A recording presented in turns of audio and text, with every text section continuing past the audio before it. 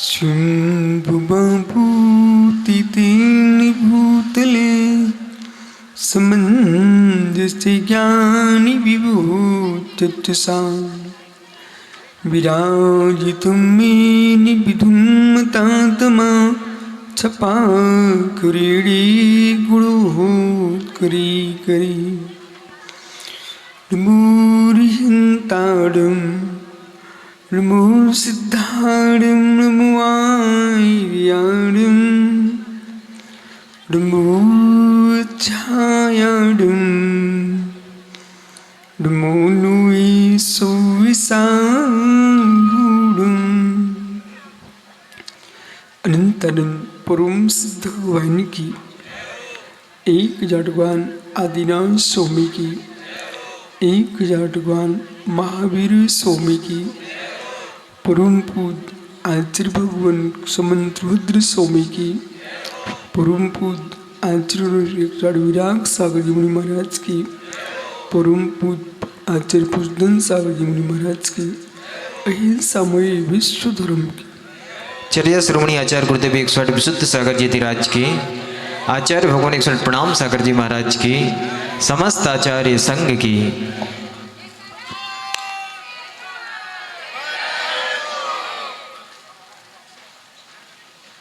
बंधु अंतिम तीर्थेश वर्धमान स्वामी के शासन में हमसे विराजते हैं तीर्थंकर जिनेन्द्र की पीयूष देशना जिनेन्द्र वाणी मनीषी जगत कल्याणी हैं। यह सर्वज्ञ शासन नमोस्तु शासन जयवंतो वीतराग श्रवणी संस्कृति भगवत अरहत परमेश्वर तीर्थंकर दिनेश्वर देव ने विश्व वसुंधरा को वस्तु की वस्तुत्व का सत्याद्भुत प्रदान किया है। सर्वज्ञ दृष्टि असर्वज्ञों को सर्वज्ञ बनाने की है। इससे बड़ा कोई जीव सरल नहीं हो सकता।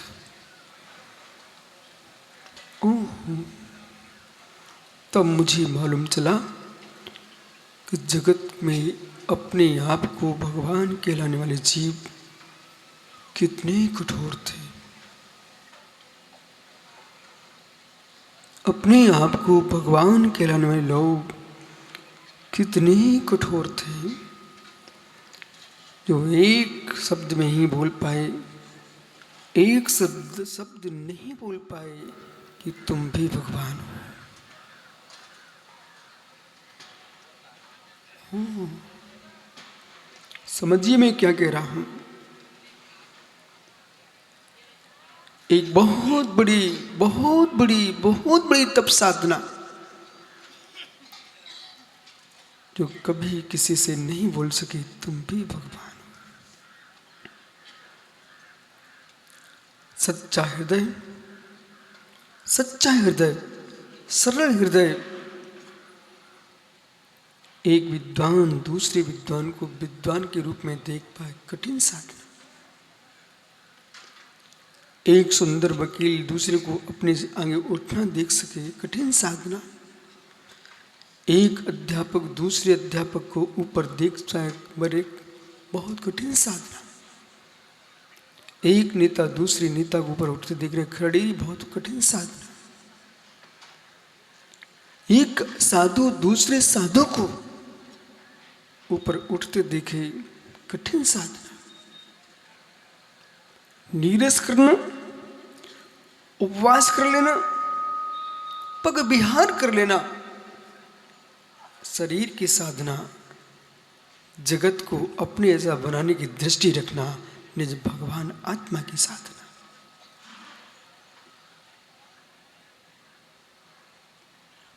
संसार में झगड़े का कोई काम ही नहीं है। उठते को देखने के लिए आंखें तैयार नहीं है, इसलिए झगड़ा है।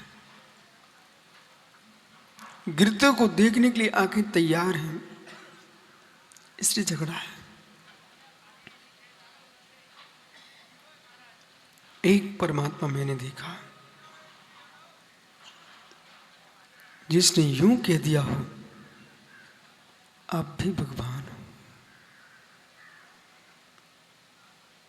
एक भगवान देखा जिसने यूं कह दिया हो कि आप भी भगवान हो।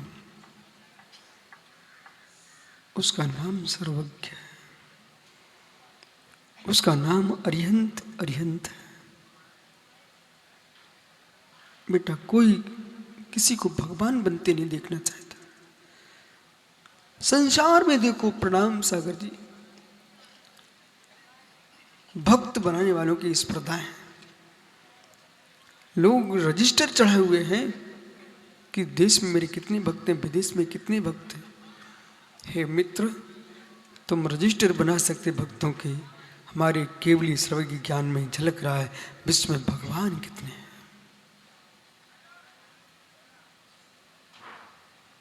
भक्त बनाना कठिन नहीं है, भक्त बनाना कठिन नहीं है। दूसरे को ये तो कहना तू मेरा भक्त है।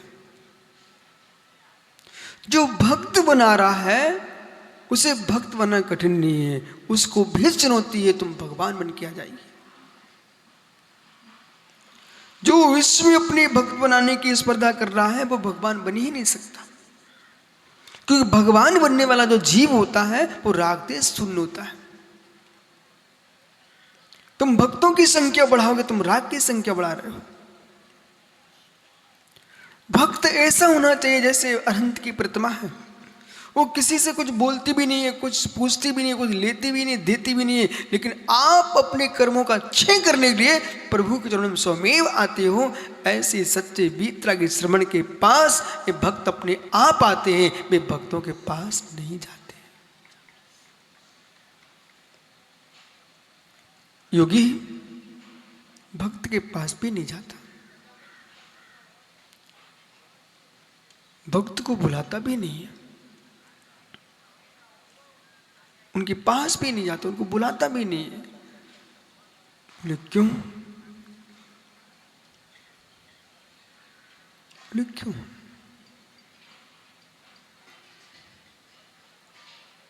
क्यों?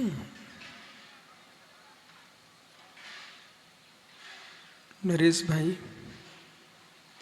गणेश भाई, रोटी को देखने के लिए जाते हो कि रोटी को सम्मान देने जाते हो? मित्र समझिए, रोटी को देखने जाते हो कि रोटी को सम्मान देने जाते हो कि अपनी भूख मिटाने जाते हो? आजाद भैया, मित्र रोटी को देखने जाते हो कि रोटी का सम्मान देने जाते कि मैं तुम्हारा सम्मान कर रहा हूं, कि मैं आपके पास आया हूं, कि अपनी क्षुधा मिटाने आते हो?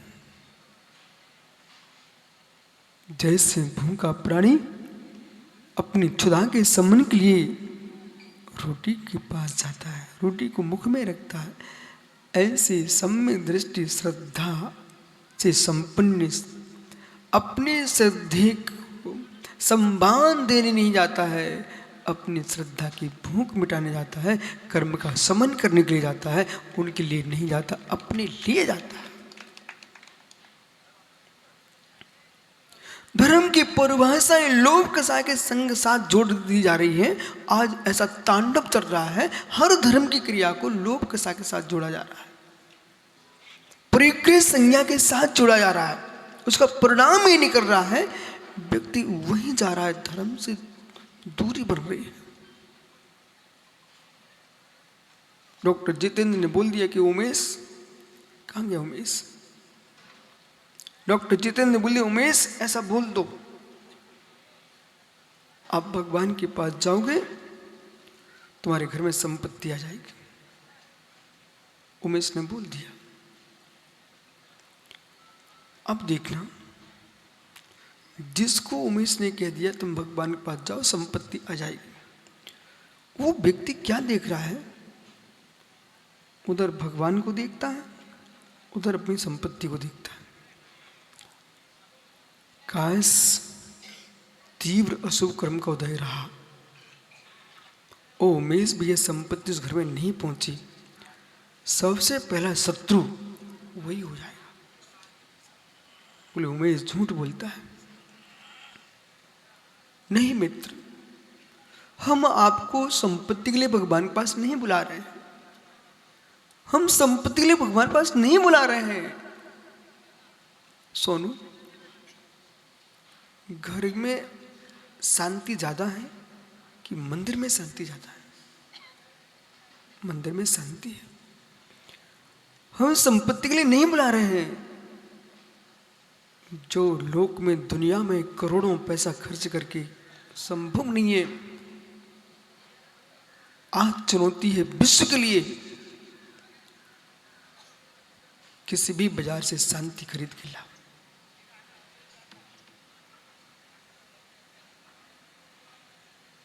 मुंबई का बाजार हो, इंदौर का बाजार हो, अमेरिका का, रूस का, जापान का, दुनिया के कोई भी बाजार हो, आप उत्तम से उत्तम भौतिक सामग्री ला सकते हो, लेकिन शांति खरीद के लाइए।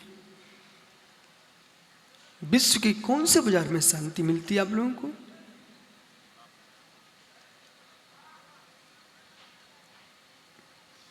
कोई बाजार शांति नहीं दे पाएगा।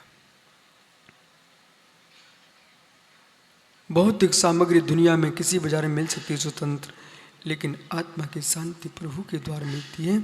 इसलिए हम संपत्ति के राग में भगवान के पास न भेजें, शांति के लिए भगवान के पास चले जाना।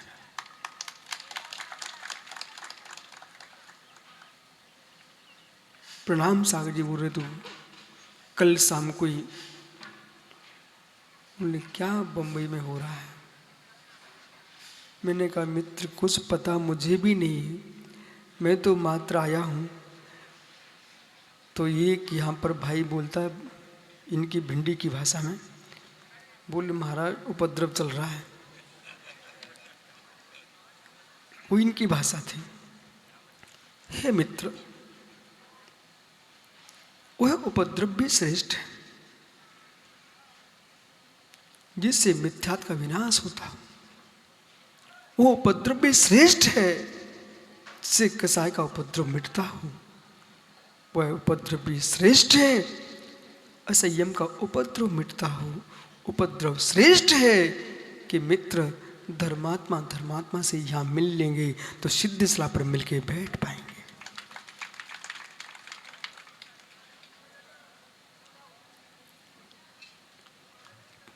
उपदेश करते समय श्रोता और वक्ता के बीच में अंतराल नहीं होना चाहिए। जो मैं समझ रहा हूं उसे आप भी समझो। भरत साहब, हे मित्र, एक भगवान विश्व में एक अकेला है, उसका नाम सर्वज्ञ वीतरागी अनंत देव है। जिन्होंने यूं कह दिया हो कि तुम भी भगवान हो। ये पंक्ति मैंने पुराणों को पढ़ा, वेदों को पढ़ा, उपनिषदों को पढ़ा, बड़े बड़े ग्रंथों का अध्ययन किया मैंने, लेकिन हर जगह एक शब्द मिला मुझे कि तुम भक्ति करो, तुम भक्ति करो, फल मैं दूंगा। तुम भक्ति करो, मेरे में विलीन हो जाना, मेरे में विलीन हो जाना। मैंने वहां कारुष्य कर लिया। मैं अपनी सत्ता का विनाश करने के लिए ऐसे परमात्मा के द्वारे पर नहीं जाना चाहता हूं। गंगा से मिलो, यमुना से मिलो, चम्बिल से मिलो, नर्मदा से मिलो, कृष्णा कावेरी से मिलो। आजाद भैया, ये सब नदियां तब तक हैं जब तक समुद्र में नहीं मिली।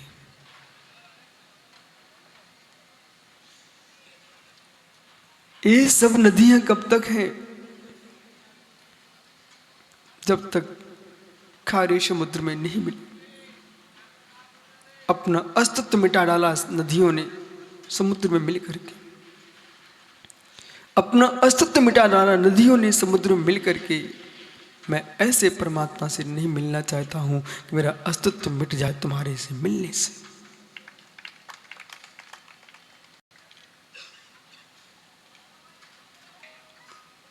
मेरा अस्तित्व नष्ट हो जाएगा। मेरी आत्मा का अस्तित्व समाप्त हो जाएगा, क्योंकि भगवान ये कह रहा कि मेरे में मिल जाइए आप। मैं किसी भगवान में मिलने के लिए मुनि नहीं बना हूं, मैं स्वतंत्र भगवान बनने के लिए मुनि बना हूं।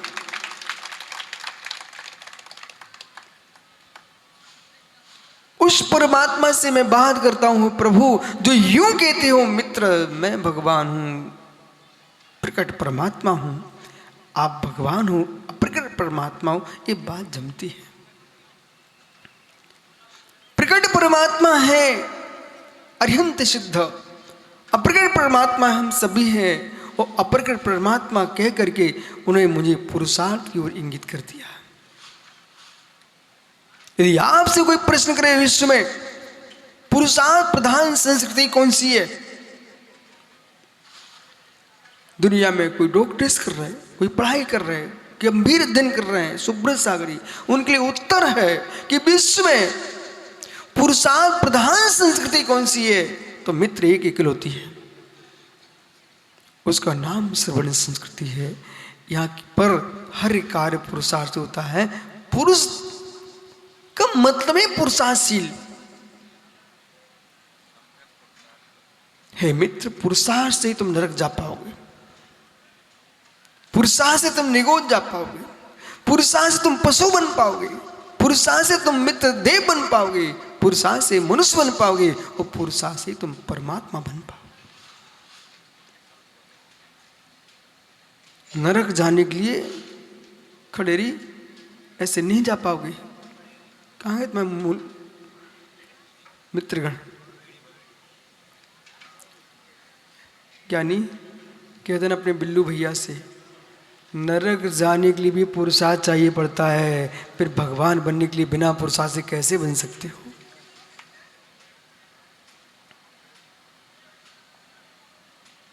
नरक जाने के लिए पुरुषार्थ चाहिए, तीव्र पुरुषार्थ चाहिए,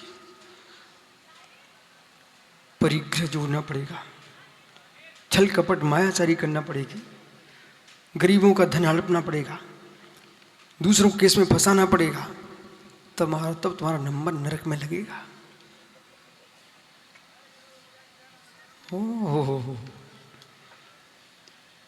बहु आरंभ प्रगतम नरक से विषा, बहुत आरंभ परिग्रह का संचय करेगा तब जीव नरक जा पाएगा, अल्प आरंभ परिग्रह करेगा तो मनुष्य बन पाएगा, श्राग संयम आदि का पालन करेगा तो देव बन पाएगा, और छल कपट मायाचारी करेगा तब पशु बन पाएगा। हे मित्र, सरल स्वभावी होकर के रत्नोत्तर धर्म का पालन करेगा तब सिद्ध भगवान बन पाएगा।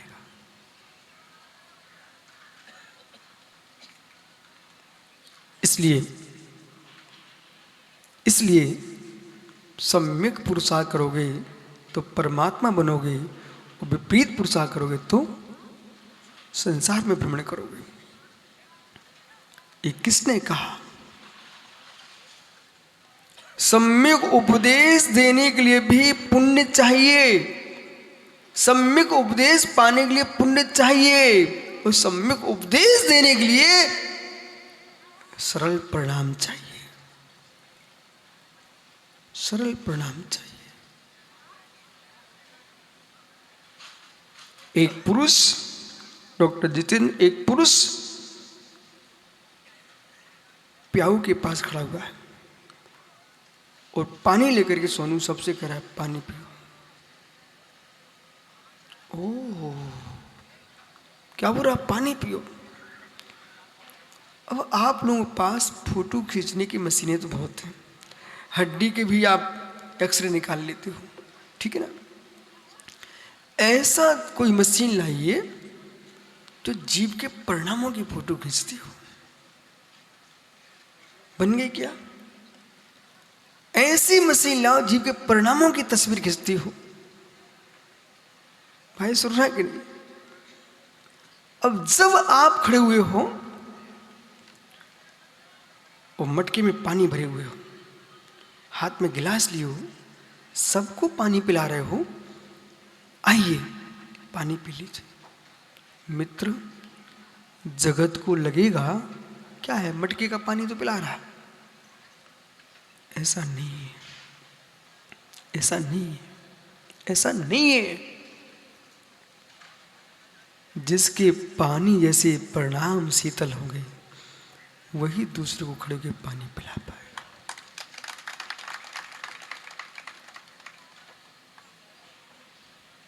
कोई जाति को नहीं देख रहा, कोई समाज पंथों को नहीं देख रहा, परंपराओं को नहीं देख रहा। वो क्या कह रहा, आओ भरत पानी पी लो।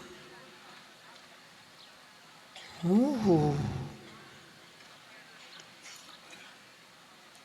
आनंद आ रहा कि नहीं उसको? आनंद आ रहा कि नहीं उसको? ये हजारों किलोमीटर चल के लोग मुरदास के हाथ पर एक ग्रास रखना चाहते हैं। मित्र, ये क्या है? ये क्या है?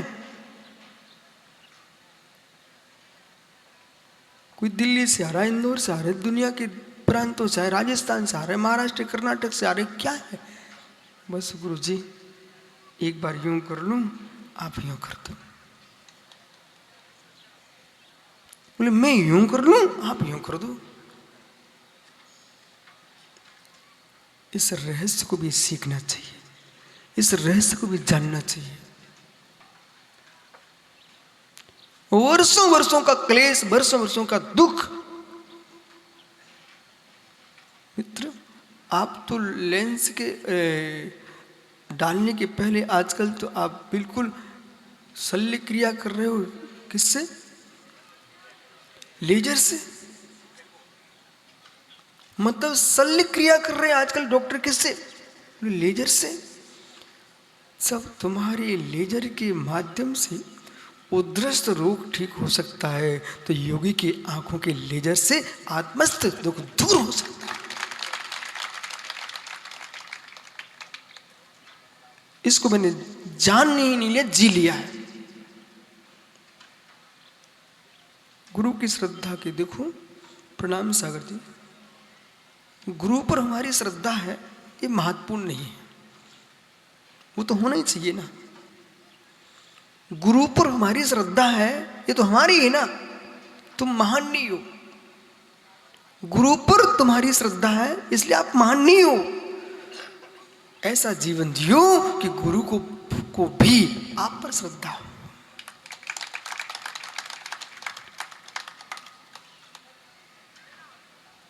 ऐसा कोई बेटा यहां बैठा है जिसके पिता ने उसको संपत्ति सौंपी हो?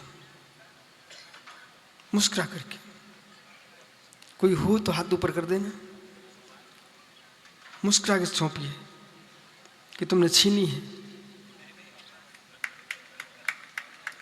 देखो बात पर ध्यान रखना, हाथ उठाने पहले ये ध्यान देना, तुमने हिस्सा मांगा कि पिता ने तुमको मुस्कुरा के सौंपा पूरा घर। ऐसा आदमी हाथ उठाए। अच्छा, खड़े हो जाओ तुम जिन जिन को पिता ने सौंपी है। तुम अकेले भैया हो? दो भाई हैं। आप छोटे के बड़े? बड़े। पिताजी आपको सौंप के गए हैं, क्या बोला? तो बोला कुछ नहीं, तो चले गए, सौंपते गए। ऐसा नहीं बोला कि मेरे बड़ा भाई बेटा इस संपत्ति के स्वामी आप हैं, पर छोटे भाई का भी ध्यान रखना। बोला ठीक। आपसे क्या बोला?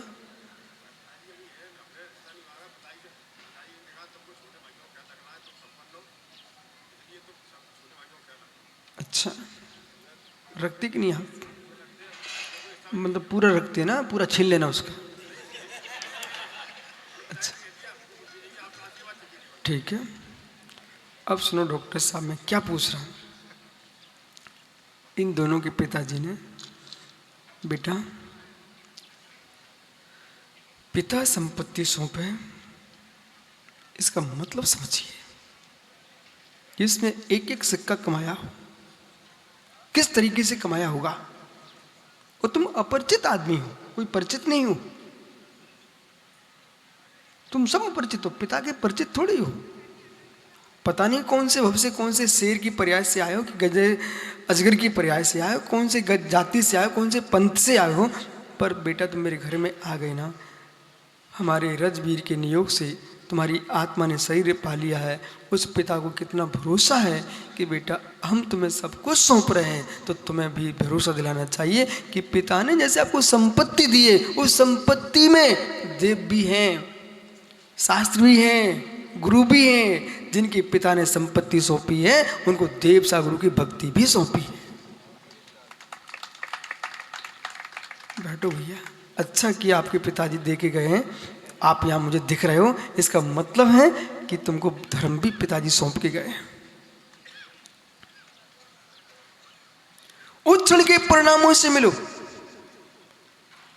कि पिता अपने पुत्र को, गुरु अपने शिष्य को सर्वस्व छोड़ रहा हो, उसमें आंख बंद करके देखो, मैं पिता के हृदय से मिल रहा हूँ, गुरु के हृदय से मिल रहा हूँ कि आपके परिणाम कितने ठंडे हो चुके थे कि अपने अर्जित द्रव्य को आप यूं छोड़ रहे हो, और कितना भरोसा है आपको कि मेरे इस कार्य को ये बेटा पूरा कर लेगा। खरे उतर गए तो पिता की दुआएं मिलेगी, और खरे नहीं उतरे तो आह मिलेगी।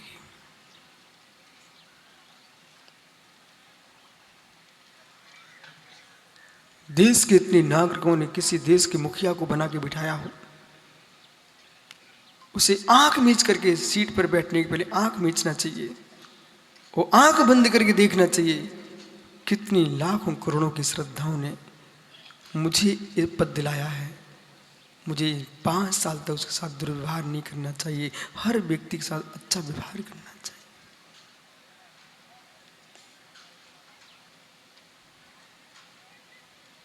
क्या हो गया, मैं तो अभी व्यवहार की बात कर रहा हूं, तब भी आप लोग इतने ठंडे बैठे हो।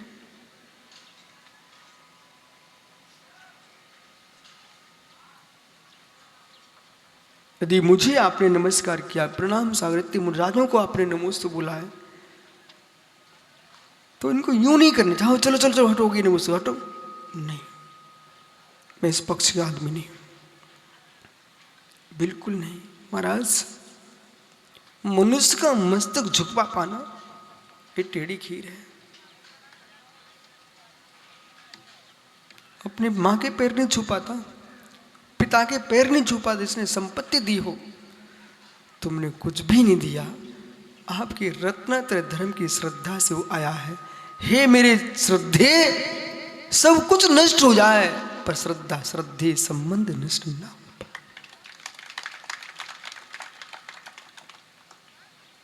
प्रेमी पुत्र, बालक अरिहंत, बेटा तुम कितनी बड़ी हो जाना, जब जब घर जाओ ना, अपने वृद्ध पिता के पैर छू लिया करो। तुमको पता नहीं है, उनने हमसे कहा है, बोले महाराज जी हमारा अनेकांत भर नहीं है, अनंत भी है। और उनकी आंखें डबडबा गई, बोले महाराज मेरा बेटा अनंत भी है। अब अरहंत बंबई में आनंद लूट रहा है, और पिता घर में क्या सोच रहा है।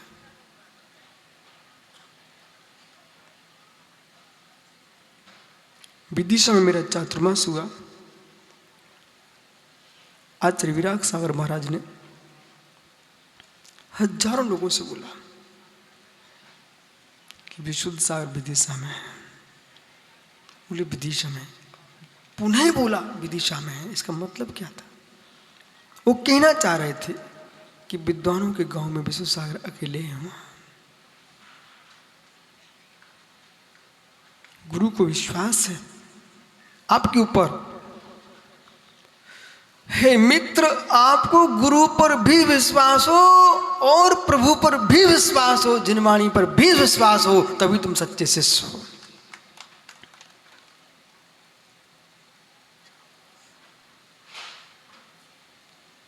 ये बंबई है क्या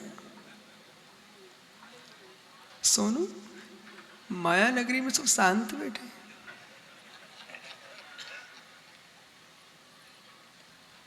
एक खाती वाला, क्या खासली वाला और आजाद भैया ये देखने आए हैं कि महाराज जी समुद्र के अंदर खारे तो नहीं हो रहे हैं।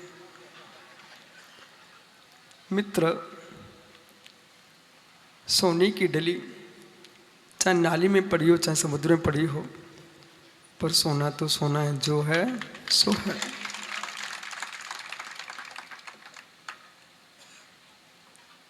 एक बार सुब्रत सागर जी, पंडित शीतल चंद जी, जयपुर, गोमटेस में हम लोग थे 18 में। तो आजाद भैया पंडित जी घर में थे, वे टीवी पर प्रवचन सुन रहे थे। बोले महाराज जी हमने परसों शाम को प्रवचन सुना आपका और गोमटेस आ गए। बोले मुझे आना नहीं था पर मन माना ही नहीं। मैंने क्यों नहीं माना आपका मन?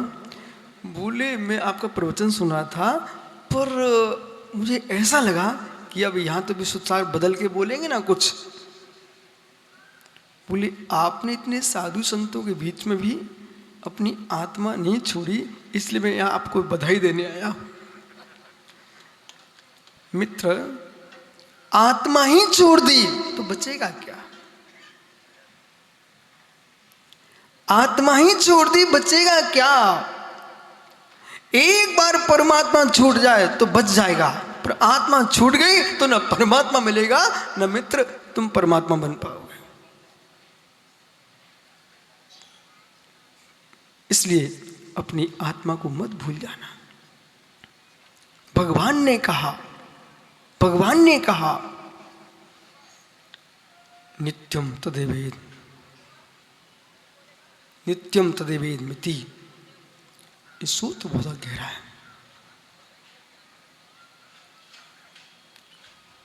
बंबई में सुनामी आती है, अच्छा, लहरें आती हैं सागर में, अच्छा, तूफान भी आता है क्या?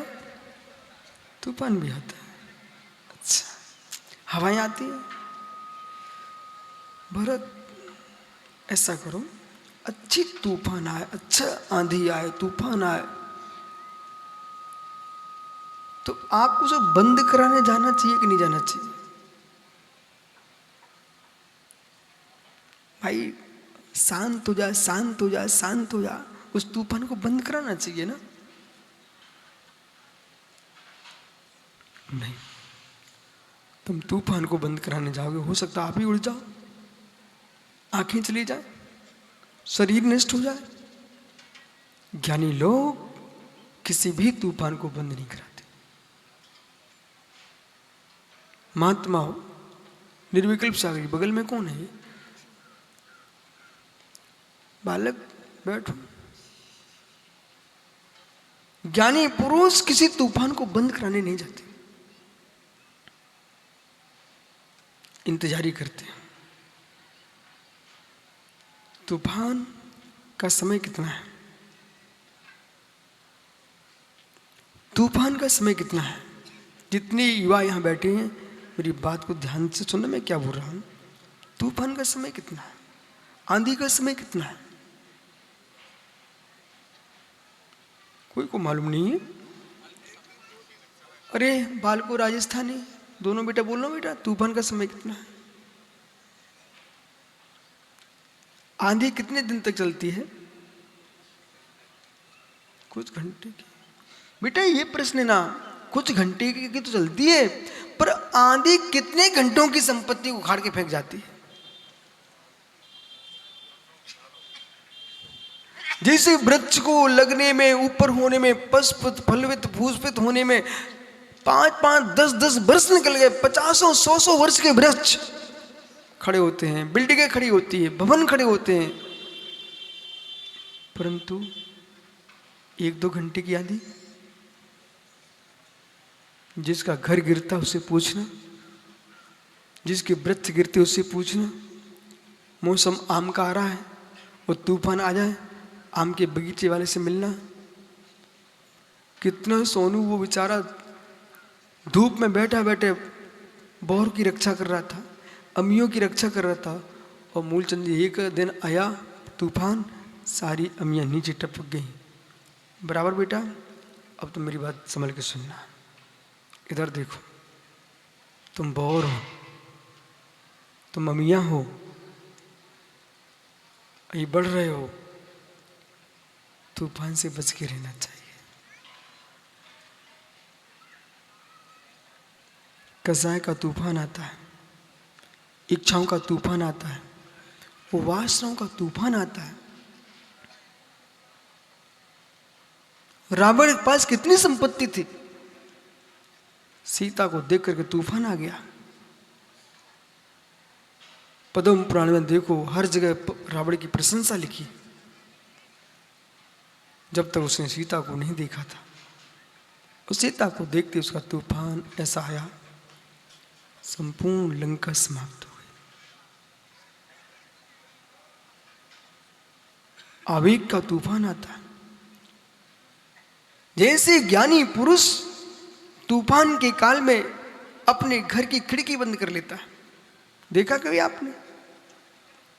हम लोग बिहार कर रहे थे, ऐसा तूफान बेटा, ऐसा तूफान आया कि एक क्षण पहले सब दुनिया का दिख रहा था और दूसरे क्षण में क्या हुआ कि बगल में खड़ा आदमी दिखना बंद हो गया। सुब्री साहब याद है, वापस लौटना पड़ा, हम लोगों को वापस लौटना पड़ा। 1 किलोमीटर आगे जाने वाले थे, वहीं पास में रुकना पड़ गया।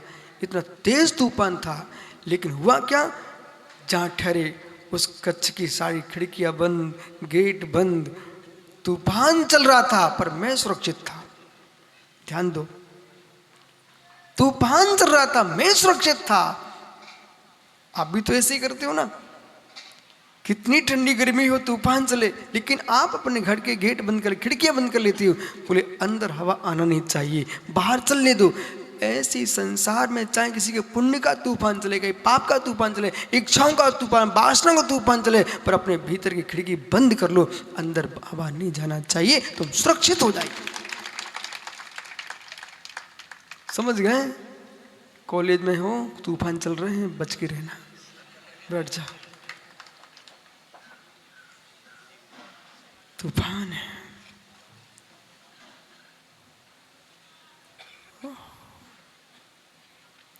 हीन भावना का तूफान आता है, और इतना तेज तूफान आता है, व्यक्ति फांसी लगाने के लिए तैयार हो जाता है। हे मित्र, समय निकल जाएगा, 1 घंटे रुक जाइए, तूफान निकल जाएगा, फिर सामान हो जाएगा। अहंकार का तूफान आता है, ठहरो भाई ठहरो, निकल जाएगा। कदाचित भाई पिता की संपत्ति का स्वामी, सासू की बेटी कहाँ है? सासू की बेटी कहाँ है? अरे आप टेंशन मत लो, मैं कुछ पूछ रहा हूं, है तो ना? तूफान आता नहीं कभी घर में? आता तो है ना? अरे तूफान, बड़े बड़े तूफान रोज नहीं आते, हर साल नहीं आते, कभी कभी आते, आता तो है ना? माताओं घर में तूफान आता है कि नहीं? मतलब ऐसी बातें करो, हर व्यक्ति समझता है, तुम कितने ज्ञानी हो गए, तूफान आता है ना। लेकिन समझिए भाई, यदि घर में तूफान आ जाए, तुम धीरे से खिड़की बंद कर देना। कहाँ की? ये वाली, ये वाली मुख की खिड़की बंद कर देना, उसको आने दो, बोलने दो, आप शांत रहना। कितना चलेगा, तूफान लंबा चलते ही नहीं है, थक जाएगा, अपने आप के स्वामी क्षमा करो। तूफान आता है, हवाएं हैं, आती है चली जाती है, पर हवा में उड़ना नहीं चाहिए।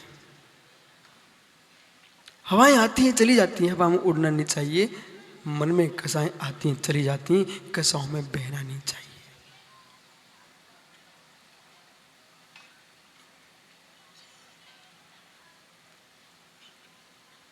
सुनाई पड़ रहा है?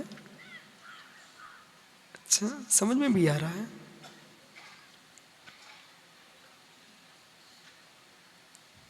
पुण्य पाप का तमाशा देखो, सब कुछ भी छिन जाए तब भी मुस्कुराते रहना।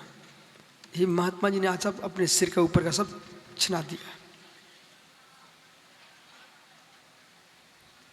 कल लपन आए थे ना कि बड़े बड़े बाल थे ना, आज ने सुबह सब उखाड़ के फेंक दिए। फेंक दो, पर मैं संतुष्ट आदमी हूं, फिर आएंगे, फिर आएंगे ना। कितनी बाल केस लंचन हो जाए पर बाल उगते हैं। ऐसे मित्र, ऐसे मित्र, कितनी संकट आ जाएं संकट हटते हैं और पुनः पुण्य आता है। लेकिन प्रभु के चरण नहीं छोड़ना चाहिए।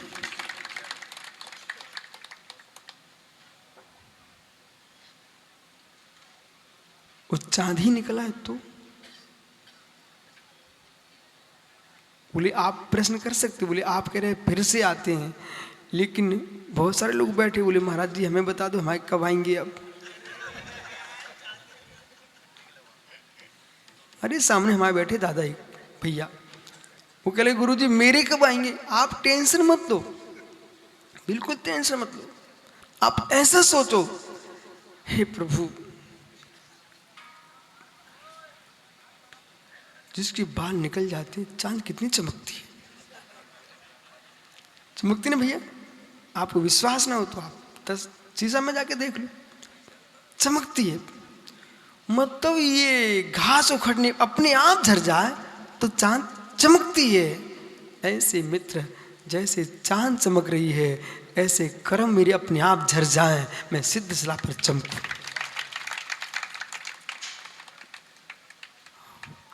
नित्यम तदेवेदम, जितेंद्र भैया नित्य है, तदेवेदम नित्यम, ये वही है नित्य। प्रतिविज्ञान जो है नित्यता को घोषित कर रहा है, ये वही है नित्य है। तो नित्य है तो नित्य पर लक्ष्य जिसका है वो मुस्कुराता है, वो मुस्कुराता है, नित्य है। वनेसी लाल जी नित्य है, बोले क्या नित्य है, तदेवेदम। यहां पर बंबई बोरीवली में अपना तीर्थ पोदनपुर में त्रिमूर्ति क्षेत्र में बहुत सुंदर सुंदर वृक्ष है, पूरा जंगल है। महाराष्ट्र की राजधानी में भी जंगल है। मित्र जब थक जाया करो ना आप पत्थरों के जंगलों में, तो त्रिमूर्ति में आकर के भगवान के चरणों में बैठकर शांति लेके जाए। प्रत्येक बड़ी सिटी के बीच में एक तीर्थ अवश्य होना चाहिए, जिससे थके थकाए लोग शांति के लिए चले जाएं। अब यहां पर जो वृक्ष हैं, उन वृक्षों में जब से इनको लगाया गया था, उगे थे वृक्ष, तब 3 पत्ते आए थे। वे ही 3 पत्ते इन वृक्षों पर अभी हैं। समझ गए ना आप? जब बीज अंकुरित होता ना तो पहले 2 पत्ते आते हैं, और इसके बाद प्रसन्न तीसरा पत्ता फिर से आता, इसके बाद आगे बढ़ता है। वे 3 पत्र कहाँ हैं? वे तो नहीं है, वे तो नहीं है, लेकिन वृक्ष वही है। प्रतिवर्ष पतझड़ होता है, प्रतिवर्ष पतझड़ होता है, बसंत आता पतझड़ होता है, लेकिन वृक्ष रोता है, वृक्ष रोता है। कम से कम जितने जीव हैं, अरहंत पिताजी फूलचंद प्रेमी से कह देना कि अहो तात, अहो मेरे मित्र सुनो ना, मैंने बंबई बोरीवली में त्रिमूर्ति में प्रवचन सुना है कि वृक्ष प्रतिवर्ष पतझड़ करता है, प्रतिवर्ष पतझड़ होता है, लेकिन जिस पत्तों के साथ वृक्ष तैयार हुआ था वे पत्ते तो नहीं है, पर वृक्ष तदेवेदम, वृक्ष वही है। जैसे वृक्ष ये पत्ते झड़ जाएंगे। तरु ने पूछा पर्ण से, तरु ने पूछा पतित पर्ण से, अब तुम पुनः कब लगने आओगे? तरु ने पूछा पतित पर्ण से, अब तुम पुनः कब लगने आओगे? हे मित्र, पत्र कहता मैं नहीं लगूंगा, नहीं आएंगे। पत्र कहता मैं नहीं लगूंगा, नहीं आएंगे। हे मित्र, ये पर्याय नष्ट हो जाएगी, ये मनुष्य पर्याय वर्तमान की तुम्हें अब कभी नहीं मिलेगी, नहीं आएगी। किसमें? किसमें? आत्मा में। जैसे वृक्ष के पत्ते गिरने पर पुनः पतझड़ गिरने पर भी पुनः पत्र आते हैं, ऐसे ज्ञानियों मत बिल्को मत रो। ये तन उजड़ जाएंगे लेकिन चेतन वही रहेगा। तदेव वेदम। आज से यही निर्णय करो, हम शरीर को पत्र के रूप में देखें, आत्मा को वृक्ष के रूप में देखें। मेरी आत्मा त्रैकालिक है, त्रैकालिक थी, त्रैकालिक ही रहेगी, त्रैकालिक ही है। इसलिए मुझे किंचित भी विकल्प नहीं है। कल मृत्यु हो, आज मृत्यु हो, परसों मृत्यु हो, ये पत्ते तो झड़ेंगे ही झड़ेंगे, नियम से झड़ेंगे, लेकिन मेरी आत्मा को नष्ट करने की योग्यता किसी के पास नहीं है। त्रैकालिक शाश्वत है, इसे ही अपना स्वीकारिए, इसे ही अपना स्वीकारिए, इसे ही अपना स्वीकारिए। मिटने वालों के साथ तुम अपनी विशुद्धियों क्यों मिटा रहे हो? ओ पिता का स्वामी,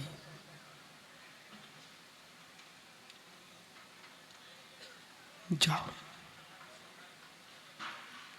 घर नहीं जाना क्या? देखो प्रणाम सागरी, मैं इनको भेज रहा हूं, तब भी बेचारे नहीं जाना चाह रहे। तो कोई बात नहीं, रहो, पर अच्छे से रहना। यहां रहो, फिर जाने का मन नहीं करना। तीर्थंकर भगवान ऋषभदेव ने सर्वस्व छोड़ दिया, और सब कुछ छोड़ देता है, सब कुछ छोड़ देता है। अभी कुछ होने वाला है ना, भगवान आने वाले हैं पीयूष। मित्र, आहारचर्या, आहारचर्या, इधर देखो ना जितेंद्र भाई, आहारचर्या। बेचारा डॉक्टर विदेश में घूम के आ गया, वहां से पैसा कमाया, अब भारत में कमा रहा है। खड़ेरी चारों तो लोग पैसे ही पैसे कमा रहे हैं, फिर भी उमेश पूरे देश का खजाना खरीद लाया। बेचारा शांति से कोई उसको पड़गान नहीं करता, कोई बेचारे का पड़गान नहीं करता, कोई भी नहीं करता। अब भी देखो, जो सब कुछ छोड़ देते हैं उनकी दुनिया हाथ जोड़ लेता है। हे स्वामी नमोस्तु नमोस्तु गूंजने वाला है। मुझे आश्चर्य लगता है, इन मुनियों से बड़ा सुखी तुम्हें कोई जगत में दिखता है क्या? फिर तुम लोग मुनि क्यों नहीं बनते? जय है गुरुदेव। तो ठीक है, भाई ने आज आचा श्री की बहुत सारी बातें बताई, विराग सागर महाराज ने आज चातुर्मास किया बोरीवली में। लेकिन मित्र, मैं यही तो देखने आया था कि जहाँ पर गुरुजी ने गुरुजी ने आचार्य विमल सागर महाराज जी ने इस भूमि पर चातुर्मास किया है। हाँ, यहाँ पर आचार्य विमल सागर महाराज जी ने चातुर्मास किया है, विराग सागर महाराज ने चातुर्मास किया है। आपने भी किया क्या? तो मित्र, कितने आचार्य मुनियों ने, नेमी सागर ने यहाँ पर साधना की है। तो जे गुरु चरण जहाँ धरे जग में तीर्थ हो, मुनिराज के चरण ही पड़ जाए वो भूमि तीर्थ हो जाती है। इसलिए मैं उस तीर्थ को दर्शन करने आया था। नियोग संयोग देखो, देखो किसी को विश्वास हो ना हो, मुझे तो परम विश्वास है, जो होना है उसे कोई टाल नहीं सकता। ट्रस्टी भाई आशीष, स्वतंत्र, बैस से आते उदी भाई, क्या मालूम बंबई में आते कोई गली में पहचानता कि नहीं पहचानता। पर नियोग देखो, यहाँ पंचकणक और वो सिरसार में पंचकणक। पंचकणक का तो निमित्त होता है, सत्य है, इतने भव्य जीवों को जिनवाणी सुनने का नियोग बनता है। इसलिए प्रभु की चर्या हो, बिल्कुल शांति के साथ निर्विघ्न प्रभु की चर्या हो, कोई हल्ला नहीं गुल्ला नहीं, और व्यवस्था कोई बनाने नहीं, सब व्यवस्थित रहना है। जितना उपद्रव मचाते व्यवस्था बनाने वाले मचाते, बेचिल्लाएंगे सबसे ज़्यादा। इसलिए आप इनको आज चुनौती दे दो व्यवस्थापकों को। पीयूष भी सोचे कि बम्बई के लोग इतने शांत रहते, बिल्कुल बोलना ही नहीं अपन को। आत्मा स्वभावम परिभाव भिन्न